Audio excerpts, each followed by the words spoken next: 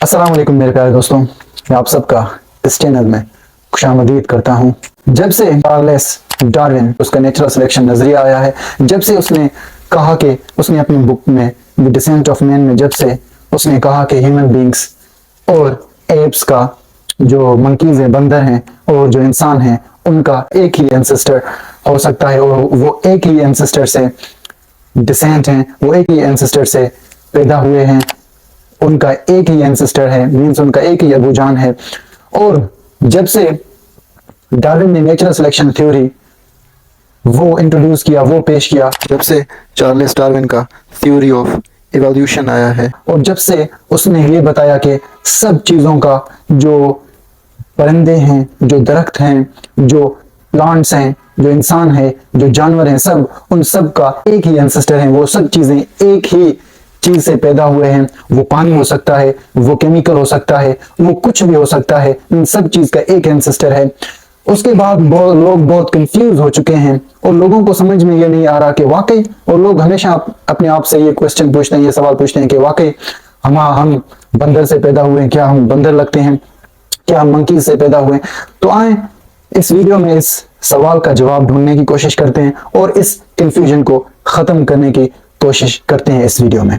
Natural selection को समझने के लिए हमें थोड़ा हिस्ट्री में पीछे चलना होगा, क्योंकि हिस्ट्री में जब जाएंगे, तारीख में जाएंगे, तो हमें पता चलेगा कि क्या वाकई नेचुरल सिलेक्शन थ्योरी सही है। साइंस भी हमें, जो साइंटिस्ट्स हैं, हमें किस तरीके से बताते हैं कि हम ह्यूमन बींग्स जो है ना, एक मंकीज, बंदर से पैदा हुए हैं और हमारा और मंकी का एक ही एंसेस्टर है, एक ही बाप है। कैसे पैदा हुआ है, कैसे वो इवॉल्व हुआ है, वो कुछ इस तरह से बताते हैं कि लुइस लेकी, जो कि बहुत बड़ा आर्कियोलॉजिस्ट है, उसने बहुत सारे फॉसिल्स, हमारे जो एंसेस्टर्स थे साइंस के मुताबिक, उनके फॉसिल्स उनको बहुत सारी जगहों पे मिला है। कुछ एंथ्रोपोलॉजिस्ट्स, आर्कियोलॉजिस्ट्स वो इस तरह से बताते हैं कि उनको हमारे जो एंसेस्टर्स थे उनके आसार्स मिलते हैं। आसार्स मीन्स उनको उनके बॉडी मिलते हैं, उनको उनके जो स्कल मिलते हैं, उनको चीज़ें मिलते हैं, पेंटिंग्स मिलते हैं, ड्राइंग्स मिलते हैं, पेंटिंग्स मिलते हैं, वो चीज़ें मिलते हैं जो उनको उनके उन दौर के बारे में उनको बताता है। कुछ ऐसे बहुत बड़े साइंटिस्ट हैं जिनको ये पेंटिंग्स मिले थे, उनमें से हॉवर्ड कार्टर था और उनमें से जो जॉन ब्रेडवुड था, वो भी बहुत बड़ा एंथ्रोपोलॉजिस्ट, आर्कियोलॉजिस्ट था। तो और उन्होंने जो है ज़मीन को खोदा है और उधर एक्सकेवेट किया है, उसको डिग अप किया है और उधर से उनको फॉसिल्स मिले। उन फॉसिल्स के जरिए वो हमारी शेप्स को, उनके शेप से, जो हमारे एंसेस्टर्स गुजर चुके हैं उनके शेप से कंपेयर करते हैं और हमारी डीएनए को उनके डीएनए से कंपेयर करते हैं और फिर बताते हैं कि उनका डीएनए, जो हमारे एंसेस्टर्स थे साइंस के मुताबिक, उनके डीएनए, उनके शेप्स हमारे शेप्स से मिलते हैं, उनके डीएनए हमारे डीएनए से मिलते हैं। तो इसकी वजह से वो कहते हैं कि हमारे और जो एप्स हैं उनका एंसेस्टर है एक ही है और हम बंदर से पैदा हुए हैं। और जो साइंस के मुताबिक जो हमारा पहला अबूजान था, जो हमारा पहला एंसेस्टर था, उसको ऑस्ट्रेलोपिथेसिस कहा जाता है। ये ऑस्ट्रेलोपिथेसिस साउथर्न और ईस्टर्न अफ्रीका में ढूंढा गया था। जो हमारा पहला अबूजान था उसको अफ्रीका में पाया गया है। और अभी मैं आपको बताता हूं कि हमारा जो जिंदगी है, हमारा जो लाइफ है, शुरुआत से लेकर आज तक हमारी जिंदगी को 3 स्टेजेस में, 3 हिस्सों में तकसीम किया गया है, 3 हिस्सों में। और ये 3 हिस्से कौन से हैं? जो पहला हिस्सा है उसे pre history, palaeolithic age, ice age और ओल्ड स्टोन एज कहा जाता है। जिस टाइम हमारे ऑस्ट्रेलोपिथेसिस जो अबूजान थे, एंसेस्टर्स थे, उनका दौर था साइंस के मुताबिक। और इस वक्त, इस पैलियोलिथिक एज में, इस ओल्ड स्टोन एज में, इस दौर में कदीम पत्थर का दौर था। उसमें हमारे जो एंसेस्टर्स थे साइंस के मुताबिक, उन्होंने कम्युनिकेशन पैदा किया और उन्होंने स्टोन टूल्स, जो पत्थर के टूल्स थे, वो हथियार, उन्होंने पत्थर के हथियार बनाना शुरू किए और उन्होंने बहुत सारा चेंजिंग यहाँ पे लाया इस ओल्ड स्टोन एज में। ये जो ओल्ड स्टोन एज है वो साइंस के मुताबिक 2.5 मिलियन ईयर से ये ओल्ड स्टोन चलता रहा और ये ओल्ड स्टोन एज 40,000 BC को एंड हुआ। फिर उसके बाद आता है न्यूलिथिक एज, और जिसे न्यू स्टोन एज कहा जाता है। इस दौर में आर्ट पैदा हुआ, इस दौर में सिविलाइजेशन को जन्म दिया गया था, इस दौर में कल्चर, इस दौर में सोसाइटी, इस दौर में दूसरी चीजें पैदा किए गए। और इस दौर में हमारे जो अब्बू जान थे उन्होंने बहुत तरक्की की थी, एंसेस्टर्स ने बहुत तरक्की की थी साइंस के मुताबिक। इस न्यूलिथिक एज 40,000 बीसी से लेकर 8,000 बीसी तक रहा। फिर जो हमारा दूसरा ये न्यूलिथिक एज है, और तीसरा हमारा जो आज मॉडर्न टेक्नोलॉजिकल एज है, आज का जो दौर है जिस हम हाल में रह रहे हैं, इस प्रेजेंट में रह रहे हैं, इसे क्या कह रहे हैं, इसे प्रेजेंट कहा जाता है। तो जो पहले हमारे अबू जान थे, एंसेस्टर थे साइंस के मुताबिक, उसे ऑस्ट्रेलोपिथेसिस कहा जाता है। और ये ऑस्ट्रेलोपिथेसिस, इसका जो जन्म हुआ था, ये जहां पर पाया गया है, इसके जो फॉसिल्स मिलते हैं साइंस के मुताबिक, ये जो साउथर्न और ईस्टर्न अफ्रीका में इनको पाया गया था। और इन्होंने स्टोन टूल्स बनाना शुरू किया था, इन्होंने कम्युनिकेशन करना शुरू किया था, और इन्होंने बहुत सारा चेंजिंग लाया था। और ये बताया जाता है कि इनका जो दौर था, जिस वक्त ये पैदा हुए थे, जिस वक्त ये जमीन पर घूम रहे थे, जिस वक्त ये जमीन पे थे, उस वक्त वो वक्त था 4 मिलियन बीसी और 1 मिलियन बीसी के बीच में था। और इनका जो ब्रेन साइज था वो 500 क्यूबिक सेंटीमीटर था। फिर इसके बाद हमारे दूसरे अबू जान आते हैं, हमारे दूसरे एंसेस्टर्स आते हैं, स्टेज पर सीन पर आते हैं, और उनका नाम है होमो हेबिलिस। उनको होमो हेबिलिस कहा जाता है। और होमो हेबिलिस उन्हें क्यों कहा जाता है? इसकी वजह से क्योंकि वो स्किलफुल मैन थे, वो स्किलफुल महारत रखने वाले माहिर इंसान थे। उन्होंने बहुत सारे चीजों को पैदा किया। जो आर्ट आज हम देख रहे हैं, ड्राइंग, पेंटिंग्स और बहुत सारा चीज हम देख रहे हैं आज, वो इधर से स्टार्ट होता है। इसलिए इनको स्किलफुल ह्यूमन बींग्स कहा जाता है।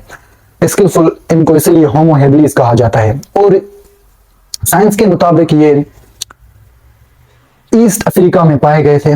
इनको ईस्ट अफ्रीका में पाया गया है। इनके जो फॉसिल्स हैं वो ईस्ट अफ्रीका में मिलते हैं। इसका मतलब इनका जन्म ईस्ट अफ्रीका में हुआ था और ये ईस्ट अफ्रीका तक मौजूद थे, इधर वो घूम रहे थे।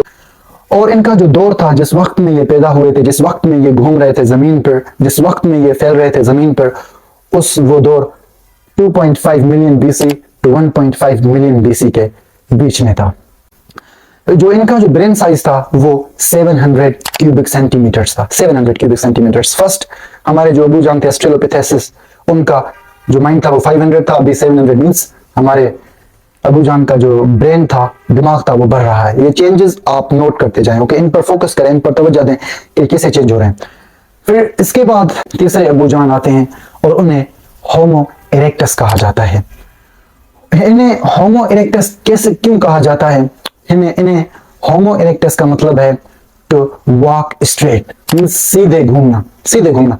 और साइंस के मुताबिक, आर्कियोलॉजिस्ट के मुताबिक हमें ये बताया जाता है, उनके मुताबिक वो ये हमें बताते हैं कि ये पहले हमारे एंसेस्टर्स थे, ये पहले हमारे अबू जान थे, ये पहले हमारे अबाव अजदाद थे जो सीधे घूमना शुरू हुए थे। मींस उससे पहले हमारे अबू जान ऐसे घूमते थे, ऐसे छोटे, और उनके हाथ भी नीचे जमीन पर जैसे जानवर घूमते हैं इस तरह से घूमते थे, और दूसरे तरीके से घूमते थे। मींस वो स्ट्रेट नहीं घूमते थे, वो ऐसे नीचे करके घूमते थे। तो ये पहले हमारे अबू जान थे होमो इरेक्टस, जो सीधे घूमना उन्होंने स्टार्ट किया, वो सीधे घूमते थे। तो इनका जो फॉसिल्स हैं, इनको ये बताया जाता है साइंस के मुताबिक कि ये अफ्रीका, एशिया और यूरोप में इनको पाया जाता है। इधर इनके फॉसिल्स मिले और ये बताया जाता है कि यहाँ पर ये इन इलाकों में, इन रीजन्स में, इन कंट्रीज में ये फैले हुए थे और इधर ये इनका जन्म हुआ था।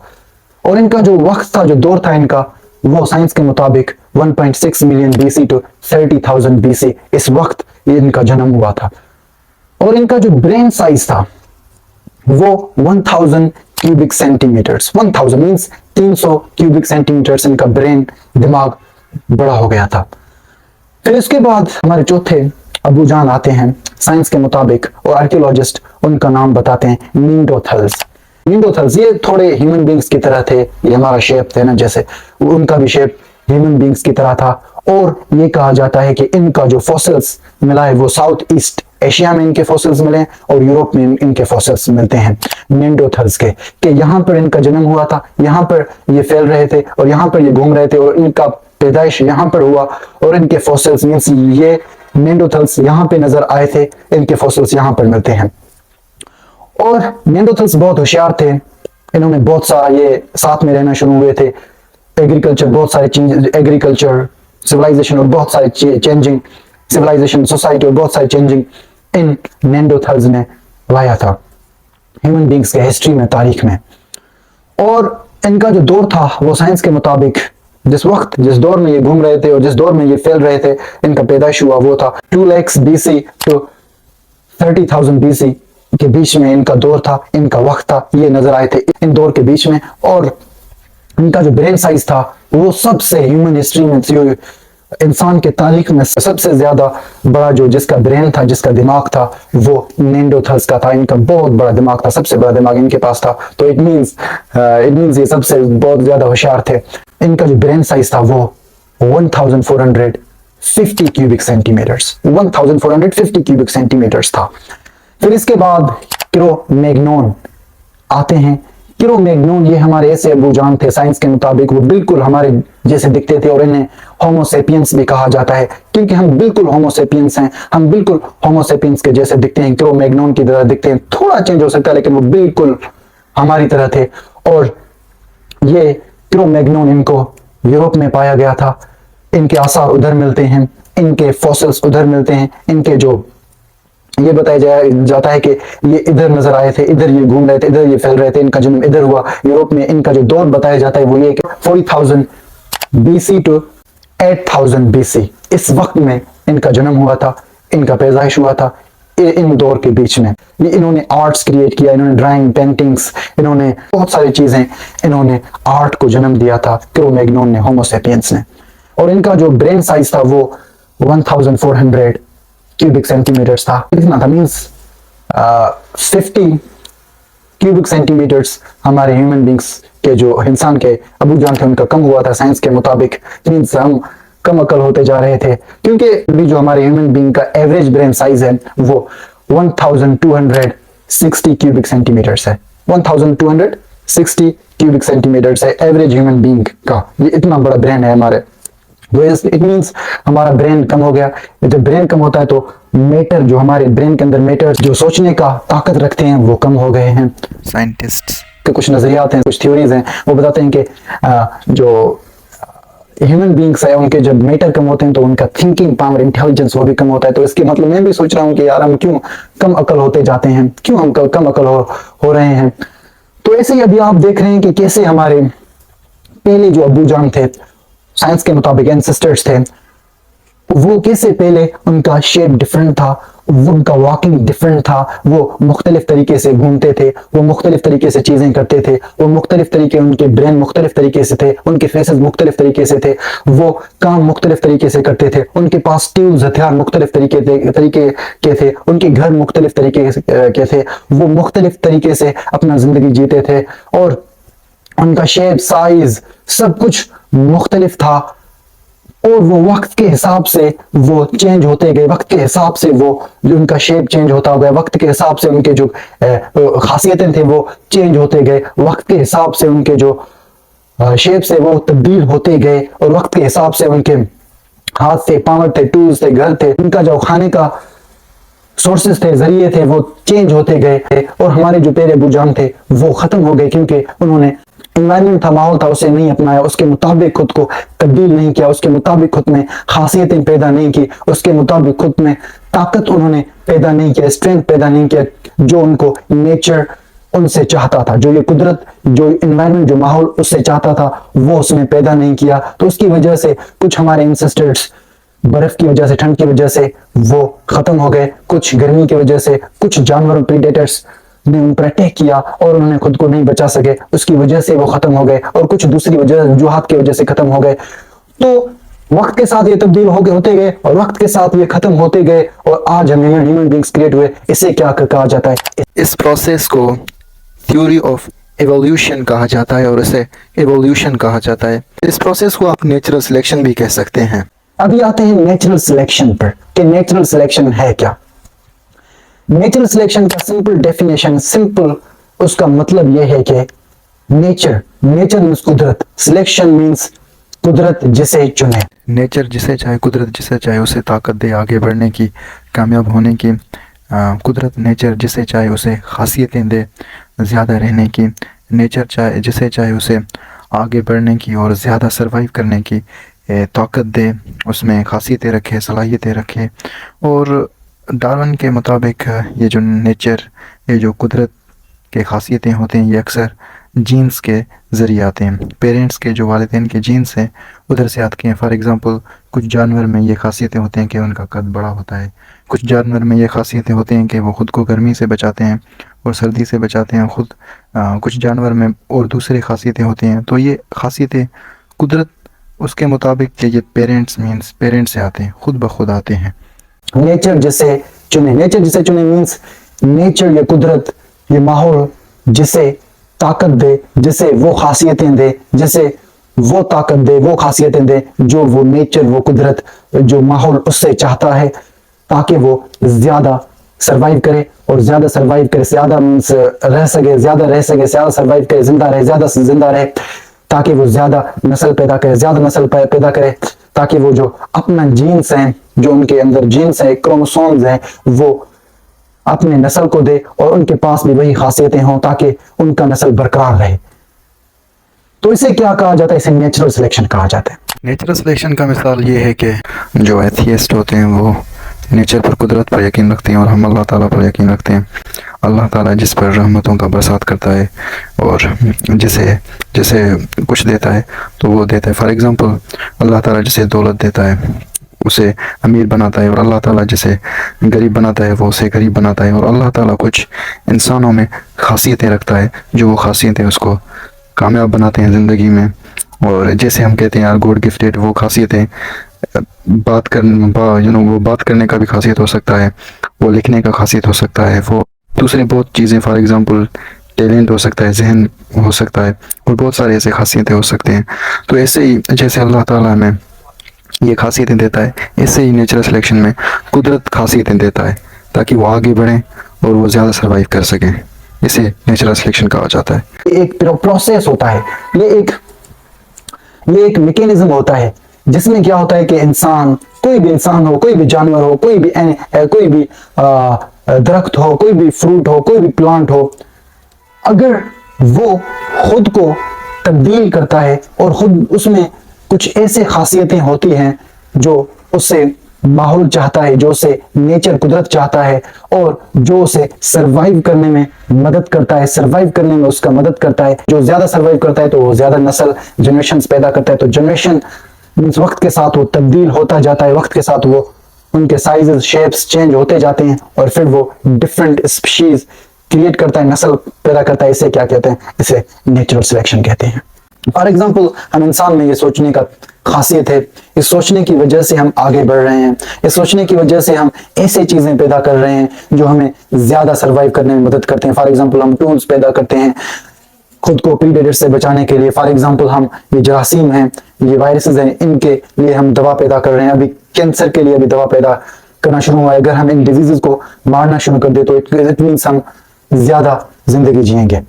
तो इसे क्या कहते हैं? खासियतें कहते हैं। मीन्स हमारे, फॉर एग्जाम्पल हमारे अंदर इम्यून सिस्टम है और हमारे अंदर ऐसे दूसरे स्ट्रेंथ, ताकत पैदा करना, जो कि जरासीम पैदा करना हमारे अंदर, और ऐसे दूसरे ब्लड्स क्रिएट करना हमारे अंदर जो कि हमें कैंसर की बीमारी से और दूसरी बीमारियों से बचाए और हमें ज्यादा सरवाइव करने की मदद करे। अभी आपके जहन में एक सवाल पैदा होगा कि ये एडेप्टेशन है क्या, ये एडेप्ट करना है क्या? एडेप्टेशन का सिंपल मतलब ये है, उसका जो आसान अल्फाजों में मतलब ये है कि एडेप्ट मीन्स अपनाना, किसी चीज़ को अपनाना। अगर कोई जानवर एडेप्ट करता है माहौल को, इसका मतलब ये है कि वो माहौल को अपनाता है। माहौल को अपनाता है मीन्स उसके अंदर खासियतें होती हैं जो माहौल उससे चाहता है, उसके अंदर वो ताकत होता है जो माहौल उससे चाहता है। माहौल फॉर एग्जांपल उसे चाहता है कि कुछ ऐसा माहौल है और कि वहाँ पर उसे तेज़ भागना होगा, उधर तेज़ भागना होगा क्योंकि वहाँ पर लाइन्स हैं, प्रीडेटर्स हैं, बहुत सारी चीज़ें दूसरे हैं, जहाँ पर वो अगर वो तेज़ नहीं भागता तो उसे ईज़िली जो दूसरे प्रीडेटर्स हैं, जानवर हैं, वो खा जाएंगे, उसे ख़त्म कर देंगे, उसके बच्चों को भी ख़त्म कर देंगे, और इसका मतलब वो ईज़िली ख़त्म हो जाएगा। तो उसका मतलब ये है कि उसके अंदर अगर भागने का खासियत है तो वो बच जाएगा ईज़िली। तो फॉर एग्ज़ाम्पल दूसरे मिसाल ये है कि जो फॉर एग्ज़ाम्पल ट्रीज़ हैं, वो बड़े कद के ट्रीज़ हैं, बहुत ज़्यादा कद में बड़े हैं। तो अगर आप कद के छोटे हैं, जानवर कद के छोटे हैं, तो वो ज़्यादा सर्वाइव नहीं कर सकेंगे क्योंकि वो ट्रीज़ को ट्रीज़ के जो फ्रूट्स हैं वो ईज़िली आराम से खा नहीं सकेंगे। तो इसकी वजह से जिनका कद ज़्यादा है उनके अंदर ये खासियत है कद ज़्यादा का, तो वो ईज़िली वो फ्रूट्स को, जो ट्रीज़ के फ्रूट्स हैं, दरख्त के फ्रूट्स हैं, उसे खा सकेंगे। तो इसका मतलब ये क्या है, ये एडेप्टेशन है। मीन्स वो माहौल को अपनाते हैं और माहौल के मुताबिक वो सब कुछ कर रहे हैं, माहौल के मुताबिक उनके अंदर ताकत है। ये क्या है, इसे एडेप्टेशन कहा जाता है। डार्विन नेचुरल सिलेक्शन के थ्योरी के मुताबिक और साइंस के मुताबिक इंसान एक ऐसा जानवर है जो खासियतें पैदा करता है। वो एक ऐसा जानवर है जो कि खासियतें पैदा करता है, लेकिन दूसरे जो जानवर होते हैं जैसे परिंदे होते हैं, जैसे प्लांट्स और दूसरे चीज़ें होते हैं, वो उनके खासियतें कुदरत से आते हैं। मीन्स उनकी खासियतें उनके पेरेंट्स से आते हैं। अगर उनमें उन माहौल के मुताबिक उनमें खासियतें नहीं होती बर्ड्स में, एनिमल्स में, तो वो मर जाते हैं और उनका जगह दूसरे स्पीशीज़, दूसरे नस्ल उसका नस्ल लेता है और उसका स्पीशीज़ लेते हैं और दूसरा जिन्स आता है जो कि उन्हीं की तरह होता है, लेकिन उनमें वो खासियतें होती हैं जो उनको ज़्यादा ज़िंदगी जीने में मदद करती हैं और वो माहौल को अपना लेते हैं। एडेप्टेशन का मतलब यही कि माहौल को अपनाना। उसे अपनाना मीन्स वो खासियतें होना जो माहौल आपसे चाहता है। क्यों चाहता है? इसकी वजह से चाहता है ताकि आपको आगे बढ़ाए, आपको ज़्यादा सर्वाइव करने में मदद करे और उन खासियतों के ज़रिए ज़्यादा आपको ज़िंदगी जीने के लिए मदद करे। तो इसे क्या कहते हैं? इसे एडेप्टेशन कहते हैं। एक और टर्म है जो इस्तेमाल होता है नेचुरल सिलेक्शन के लिए, जो अल्फ्रेड वेलेस ने इस्तेमाल किया था, सर्वाइवल ऑफ फिटेस्ट, कि जो फिटेस्ट एनिमल्स होते हैं, जो फिटेस्ट प्लांट्स होते हैं, फिटेस्ट चीज़ होते हैं, वो ज़्यादा सर्वाइव करते हैं, वो ज़्यादा आगे बढ़ते हैं। अभी फिटेस्ट कौन है? कौन से एनिमल्स फिटेस्ट हैं? फिटेस्ट का मतलब हम सिंपल कह सकते हैं सबसे ज़्यादा ताकतवर, और वो एनिमल, वो जानवर, वो चीज़ जिसमें वो खासियतें भी हो और उन्होंने माहौल को भी अपनाया है, जिनमें खासियतें भी हों और उन्होंने माहौल को एडेप्ट किया है और उन्होंने माहौल को अपनाया है और उनमें खासियतें हैं जो माहौल उससे चाहता है और उसमें वो खासियतें हैं ज़्यादा सर्वाइव करने के लिए, तो उसे फिटेस्ट एनिमल कहा जाता है। मिसाल के तौर पर डार्विन है, उसने 3 जिराफ बताए। एक का छोटा कद होता है, दूसरे का मीडियम साइज़ का कद होता है और तीसरे का बहुत ज़्यादा बड़ा कद होता है। तो उसने कहा कि जिसका बहुत ज़्यादा कद बड़ा होता है तो वो फिटेस्ट होता है, क्योंकि वो ईज़िली दरख्तों के जो फ्रूट्स हैं उसे खा सकता है, ईज़िली उधर पहुंच सकता है। और जो छोटे कद के जिराफ होते हैं वो ईज़िली वो फ्रूट्स नहीं खा सकते, वो उसके लिए बहुत मुश्किल होता है उसको खाने के लिए, तो इसकी वजह से वो खा नहीं पाते और उसको जो छोटे कद के जिराफ्स होते हैं उन पर प्रीडेटर्स, जानवर हमले करते हैं और उनको मार देते हैं। तो इसकी वजह से वो ज़्यादा सर्वाइव नहीं कर पाएंगे, क्योंकि वो जो फ्रूट्स हैं जहाँ पर ट्रीज़ कद में बड़े होंगे, जहाँ पर कि बड़े ट्रीज़ होंगे, वहाँ पर वो खा नहीं सकते, तो इसकी वजह से वो ज़्यादा सर्वाइव नहीं करेंगे, तो ज़्यादा जिंदा नहीं रहेंगे। और जो कद के बड़े जिराफ्स हैं वो ज़्यादा सर्वाइव करेंगे। तो इसे क्या कहते हैं? इसे फिटेस्ट कहते हैं। फिटेस्ट का मतलब जिनके पास खासियतें भी हो, जो माहौल उसे चाहता है वो खासियतें भी उसमें हो और वो माहौल को अपना भी लेता है, एडेप्ट भी करता है, उसे फिटेस्ट एनिमल्स और फिटेस्ट प्लांट्स, फिटेस्ट बर्ड्स कहा जाता है। चार्ल्स डार्विन ने एक और एग्जांपल दी टॉर्टस का, कि कछुआ, फॉर एग्जांपल उसने कछुआ देखे, उसने कहा कि वो कछुए जिनके कद बड़े होते हैं, जिनके सर बड़ा होता है, वो ज़्यादा सर्वाइव करते हैं, वो ज़्यादा फिटेस्ट हैं, क्योंकि वो ईज़िली प्लांट्स खाते हैं और वो ईज़िली चीज़ें खाते हैं जो उनको सर्वाइव करने में मदद करता है। और जो छोटी कद के होते हैं वो ये कंपटीशन, इस मुकाबले में हार जाते हैं, क्योंकि उनका जो कद छोटा होता है तो प्लांट्स को वो पहुंच नहीं सकते, तो इसकी वजह से वो ख़त्म होते हैं, एक्सटिंक्ट होते हैं। वो जो टार्टस कछुआ होते हैं जो छोटे कद के, वो ज़्यादा सर्वाइव नहीं करते और बड़े कद के वो ज़्यादा सर्वाइव करते हैं।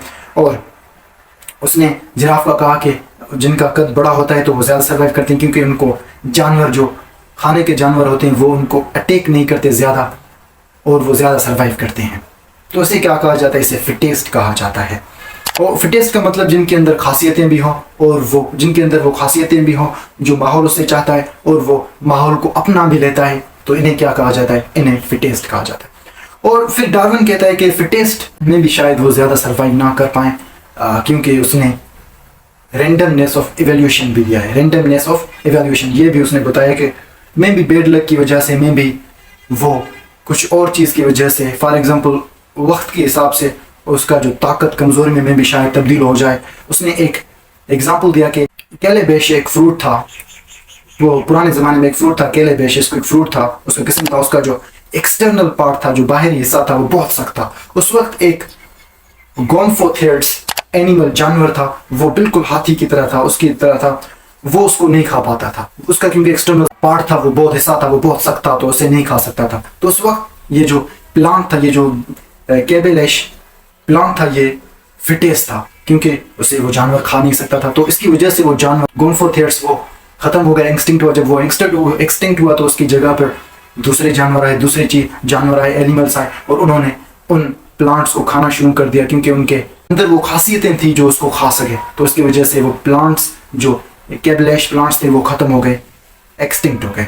तो ऐसे ही मीन्स फिटेस्ट एनिमल हमेशा फिटेस्ट नहीं होता, वो वक्त के साथ चेंज होता है, वक्त के साथ तब्दील होता है। मैं भी स्ट्रॉन्गेस्ट, सबसे ज़्यादा ताकतवर कमज़ोर हो जाए फ्यूचर में, तो ऐसा होता है। उसने कैसे नेचुरल सिलेक्शन थ्योरी प्रूव किया? उसने नेचुरल सिलेक्शन थ्योरी कुछ इस तरह से प्रूव किया कि चार्ल्स डार्विन को 1831 में HMS बीगल वॉयज पर सफर पर भेजा गया था एज ए नेचुरलिस्ट। डार्विन था वो ब्रिटिश नेचुरलिस्ट था। ये 5 साल का सफर था। 1831 में उसे भेजा गया था और उससे पहले साउथ अमेरिका में भेजा गया था। तो उसने क्या किया कि वो पहले से ही कुदरत पर फोकस करता था, जानवरों पर फोकस करता था, एनिमल्स पर फोकस करता था, सारी चीज़ों पर फोकस करता था।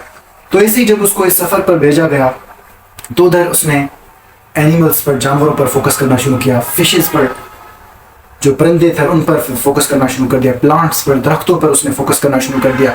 फिर उसने साउथ अमेरिका में उसने जो फिंचेस थे, फिंचेस ये बर्ड्स थे, ओके, उनके फिंचेस, उनके किस्म, स्पीशीज उनके इकट्ठे किए। तो स्पीशीज थे ये 16, उनके वो एक ही फैमिली से थे लेकिन वो डिफरेंट थे, उनके साइजेस डिफरेंट थे, उनके शेप डिफरेंट थे, उनके खाने के तरीके डिफरेंट थे, उनके रहने के तरीके डिफरेंट थे, उनके घर डिफरेंट थे, उनके मिलने के तरीके डिफरेंट थे। तो ऐसे ही उसने कहा, उसने फिंचेस के 16 से ज़्यादा मुख्तलिफ स्पीशीज, मुख्तलिफ जिन्स इकट्ठे किए और फिर उसने साउथ अमेरिका से गैलापागोस आइलैंड उधर जाता है और उधर उसने साउथ अमेरिका में मॉकिंग बर्ड भी देखा था। लेकिन ये जो फिंचेस थे, उसने ये कहा कि जब वो इंग्लैंड वापस आया 1936 में, तो उसने देखा कि उसने कहा कि ये मुख्तलिफ है लेकिन एक ही फैमिली से है। उसने कुछ एग्जाम्पल दिए। उसने बताया green warbler Finch, green warbler Finch का एक जो परिंदा है उसका किस्म है। तो उसने कहा कि जो इस परिंदे का जो बीक है वो शार्प, तेज है और थोड़ा ऐसा बड़ा है, और वो तेज है मीन्स पतला है, मीन्स उसे ये जो परिंदा है ग्रीन वार्बलर, इसे कीड़े खाने में, इंसेक्ट खाने में मदद करती है और इसे प्लांट्स खाने में, छोटे छोटे प्लांट्स खाने में मदद करती है। तो ऐसे ही फिर उसने दूसरा बताया कि ये इसका जो ये मुख्तलिफ है, लेकिन फिर उसने दूसरा बताया कि इसी ही फैमिली से दूसरा जो फिंच है वो लार्ज ग्राउंड फिंच, जिसे जियोज पाइजा मैग्नी रोस्ट्रीज बर्ड कहा जाता है, लार्ज ग्राउंड बर्ड का फिंच कहा जाता है जिसे। और उसका वो बताया कि ये फिंच एक जैसे ही है लेकिन इसका जो बीक है वो उस दूसरे ग्रीन वार्बलर फिंच से बहुत मुख्तलिफ है। इसका जो बीक है वो मोटा है और वो सख्त है, मीन्स इसे नट्स तोड़ने में मदद करेगा, और बीज जो सख्त चीज़ें हैं उसे तोड़ने में मदद करेगा, मीन्स इनके खाने का जरिया बिल्कुल मुख्तलिफ है। ये एक ही फैमिली से आए हैं लेकिन इनके खाने के जरिए मुख्तलिफ हैं, इनके रहने के तरीके मुख्तलिफ हैं। तो ऐसे ही उसने बताया, लेकिन जिस चीज़ ने उसका दिमाग चेंज किया और उसे इस नेचुरल सिलेक्शन थ्योरी को बनाने में मदद किया, इसे प्रोपाउंड करने में मदद किया, वो था मॉकिंग बर्ड। उसने साउथ अमेरिका में कुछ मॉकिंग बर्ड्स देखे थे। फिर जब वो आइलैंड्स में आया, गैलापागोस वो आइलैंड्स में आया, उधर उसने देखा कि उसने मॉकिंग बर्ड देखा। उसने देखा कि मॉकिंग बर्ड है लेकिन वो बिल्कुल मुख्तलिफ था, उसका साइज मुख्तलिफ था, उसका बीक मुख्तलिफ था, उसके खाने का तरीका मुख्तलिफ था। तो इधर से उसने नेचुरल सिलेक्शन थ्योरी प्रोपाउंड किया। अल्फ्रेड रसेल वेलिस, वो भी एक नेचुरलिस्ट साइंटिस्ट था, उसके साथ मिलकर, और दूसरे उसने बहुत सारे बुक्स पढ़े थे, उसके जरिए उन्होंने साथ मिलकर 1859 को the origin of species book publish किया। और उसमें ये बताया गया कि ये जो जानवर हैं, ये जो बर्ड्स हैं, ये सब चीज़ें, उनका एंसेस्टर, उनका बाप एक ही है, वो एक चीज़ से पैदा हुए हैं। वक्त के साथ वो तब्दील होते गए, वक्त के साथ वो ख़त्म होते गए, और जो माहौल था उसके साथ वो, अगर उनके पास खासियतें थे सर्वाइव करने के लिए, ज़िंदा रहने के लिए, तो वो ज़्यादा ज़िंदा रहे और ज़्यादा उन्होंने नस्ल पैदा की और वो ज़्यादा वक्त तक ज़िंदा रहे। और जो जिनके पास खासियतें नहीं थी, जिन्होंने माहौल को अपनाया नहीं था, वो ख़त्म हो गए। तो इससे क्या कहा, उसने नेचुरल सिलेक्शन का थ्योरी दिया।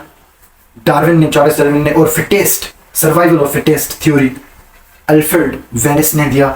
फिर इसके बाद 1870 में चार्ल्स डार्विन का बुक जो डिसेंट ऑफ मैन वो पब्लिश हुआ। उसमें चार्ल्स डार्विन ये बताता है कि जो ह्यूमन बींग्स हैं उनका वो भी ऐसे ही एनिमल्स की तरह चेंज होते गए, एनिमल्स की तरह उनके शेप्स चेंज होते गए, एनिमल्स की तरह उनके खासियतें चेंज होते गए, एनिमल्स की तरह उनके खाने के तरीके चेंज होते गए, एनिमल्स की तरह हमारे जो इंसान हैं माहौल में सर्वाइव करने का, जिंदा रहने का तरीका चेंज होते गए। और इसकी वजह से हमारे आबा व अजदाद ख़त्म हुए थे क्योंकि उनके अंदर खासियतें नहीं थे। ख़ुद को सर्दी से बचाने से खुद में उनके अंदर खासियतें नहीं थे कि वो घर बना सकें जिसमें वो सर्वाइव कर सकें, और उनके अंदर खासियतें नहीं थे कि वो टूल्स बना सकें जो उनको सर्वाइव करने में मदद करें। तो इसकी वजह से उन्होंने माहौल को अपनाया नहीं था, उनके अंदर खासियतें नहीं थी। तो वक्त के हिसाब से हम तब्दील होते गए। हमारे जो एप्स हैं, एप्स और हम एक ही एंसेस्टर से आए हुए हैं, एक ही अबू जान से आए हैं। चार्ल्स डार्विन के मुताबिक उसका जो थ्योरी ऑफ एवोल्यूशन है उसके मुताबिक स्पीशीज़ हैं वो टाइम के साथ तब्दील होते जाते हैं, टाइम के साथ ख़त्म होते जाते हैं और फिर नए स्पीशीज़, न्यू स्पीशीज़ जन्म लेते हैं। तो इससे क्या कहा जाता है? इसे थ्योरी ऑफ एवोल्यूशन कहा जाता है। तो उसने कहा कि इंसान भी ऐसे ही, बंदर इंसान ऐसे ही इवॉल्व हुए हैं, और एक ही बंदर से, एक ही एंसेस्टर से। और ये डार्विन कहता है कि जो चार्ल्स डार्विन का थ्योरी है उसमें वो क्लियरली कहता है कि हो सकता है, मीन्स उसका जो वो थ्योरी है, वो नज़रिया है, वो फैक्ट नहीं है, वो हकीकत नहीं है, वो सिर्फ थ्योरी है। उसका नज़रिया है कि हम हो सकते हैं, हमारा जो लाइन है, जो एप्स हैं, जो मंकीज़ हैं, जो बंदर हैं, वो और जो इंसान है उनका अबू जान एक ही हो सकता है। फॉर एग्जांपल उनका अबू जान हज़रत आदम अलैहिस्सलाम भी हो सकता है। मैं भी शायद जो बंदर हैं वो इंसान से पैदा हों, शायद ये भी हो सकता है कि जो बंदर हैं वो इंसान से पैदा हों, वो इंसान का एक किस्म है लेकिन इंसान बंदर का किस्म नहीं है, ये भी हो सकता है। तो बहुत सारे थ्योरीज हैं इसके बारे में, और ये शायद हो सकता है कि हम ह्यूमन बींग्स बंदर से आए हुए हैं या नहीं, में भी हम इवॉल्व हुए बंदर से और बंदर हमसे इवॉल्व हुआ है, शायद ये हो सकता है या नहीं। शायद नेचुरल सिलेक्शन थ्योरी है जो चार्ल्स डार्विन का वो सही है या नहीं। और अल्लाह ताला क्लियरली कुरान मजीद में कहता है कि सूरतुल बकरा में कि अल्लाह ताला जब मलाइक थे उनको कहा कि मैं ज़मीन में खलीफा बनाने वाला हूँ, तो उन अल्लाह ताला को मलाइकों ने कहा कि क्या तुम उसको बनाओगे जो ज़मीन पर खून बहाएगा, ज़मीन पर कत्ल करेगा? तो अल्लाह ताला ने कहा कि मैं जानता हूँ इसके बारे में जो तुम नहीं जानते।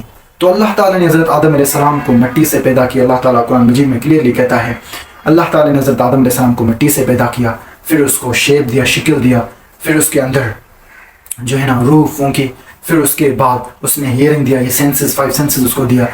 तो और चार्ल्स डार्विन का जो थ्योरी है उसका जो नज़रिया है उसको बहुत सारे साइंटिस्ट ने डिसप्रूव किया है, रिजेक्ट किया है।